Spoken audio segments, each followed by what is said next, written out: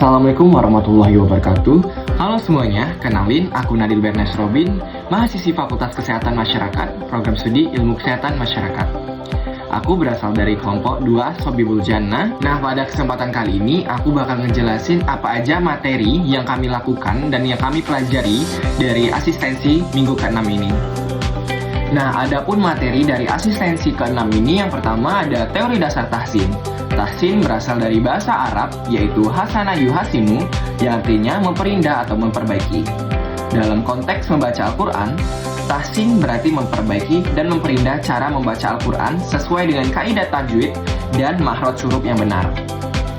Tujuan tahsin itu ada 3, agar bacaan Al-Quran sesuai dengan yang diajarkan Rasulullah, dan yang kedua itu agar tidak terjadi kesalahan makna akibat salah baca huruf atau harokat. Yang ketiga itu menumbuhkan kecintaan terhadap Al-Quran dengan membaca secara tartil dan indah. Dan yang ketiga itu inti teori dasar tahsin. Yang pertama itu memahami huruf hijaiyah dengan benar. Yang kedua mempelajari hukum bacaan tajwid. Dan yang ketiga melatih kelancaran dan keindahan suara saat membaca. Yang kedua itu ada makhrijul huruf.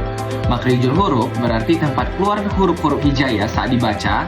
Setiap huruf Arab memiliki tempat keluarnya sendiri, yaitu di mulut, di lidah, tenggorokan, atau bibir. Nah, contoh makhraj huruf itu, yang pertama itu huruf hamzah, keluar dari tenggorokan bagian atas. Huruf kaf dari pangkal lidah yang dekat tenggorokan, dan huruf ba dari dua bibir yang menutup. Huruf lam dari ujung lidah yang menyentuh gusi di bagian atas. Fungsi mempelajari makhraj agar bisa membaca Al-Quran dengan tepat, menghindari kesalahan arti karena perbedaan huruf, misalnya ha dan ha. Dan keempat itu melatih artikulasi lidah dan pengucapan yang fasih. Nah, adapun kesimpulan dari teori makhrijul huruf, yaitu mengenal makhrijul huruf adalah langkah penting dalam tahsin, karena dari sanalah kita belajar membaca Al-Quran dengan benar sesuai kaidah tajwid. Dan yang ketiga itu ada takziah al-nafs atau penyucian jiwa. Takziah al-nafs berarti menyucikan jiwa dari segala sifat buruk dan menghiasinya dengan sifat baik.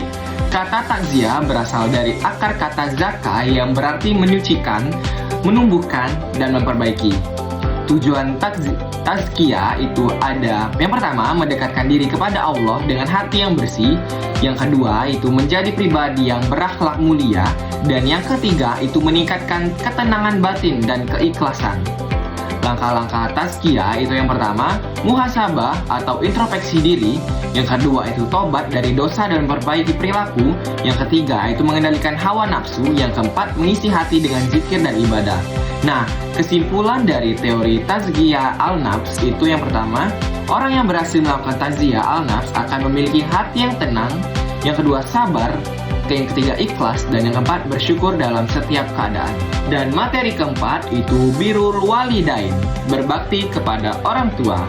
Birrul walidain adalah kewajiban setiap anak untuk berbakti, menghormati, dan menyayangi kedua orang tua. Dalilnya, dan Tuhanmu telah memerintahkan agar kamu jangan menyembah selain Dia, dan hendaklah berbuat baik kepada ibu bapamu. Quran Surat Al-Isra ayat 23. Bentuk birrul walidain, yang pertama itu patuh dan menghormati nasihat orang tua. Dan yang kedua menjaga ucapan dan sikap agar tidak menyakiti hati orang lain. Dan yang ketiga itu mendoakan mereka setiap waktu. Dan yang keempat membantu dan membuat mereka bahagia. Dan kesimpulannya, ridho Allah bergantung pada ridho orang tua.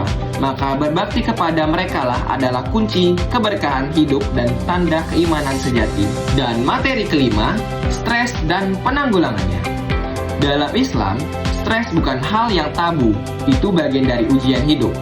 Namun, Islam memberikan panduan cara menanganinya.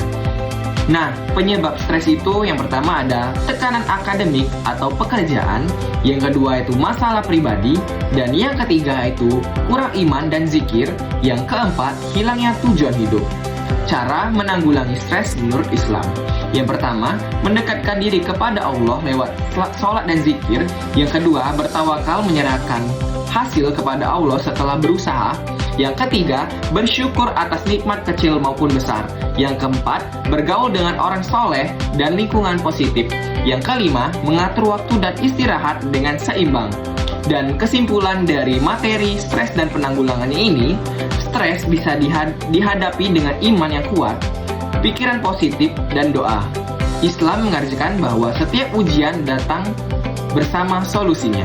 Nah, materi terakhir yaitu etika berpakaian. Dalam Islam, berpakaian bukan hanya soal penampilan, tapi juga bentuk ibadah dan identitas diri sebagai muslim atau muslimah. Nah, prinsip etika berpakaian itu ada 3. Yang pertama, menutup aurat sesuai ketentuan dan syariat. Yang kedua, sopan dan pantas atau tidak berlebihan atau menarik perhatian secara negatif. Yang ketiga, bersih dan rapi mencerminkan kebersihan jiwa dan tidak menyerupai lawan jenis. Nah, adapun tujuan berpakaian Islami, yang pertama itu menjaga kehormatan dan harga diri, dan kedua itu menunjukkan kepribadian yang beriman dan berakhlak, dan yang ketiga menumbuhkan rasa malu, hayah yang terpuji. Dan kesimpulan dari etika berpakaian ini, berpakaian secara etis dan sopan bukan hanya memperindah penampilan, tapi juga mencerminkan iman dan penghormatan diri sendiri. Sekian dari saya. Wassalamualaikum warahmatullahi wabarakatuh.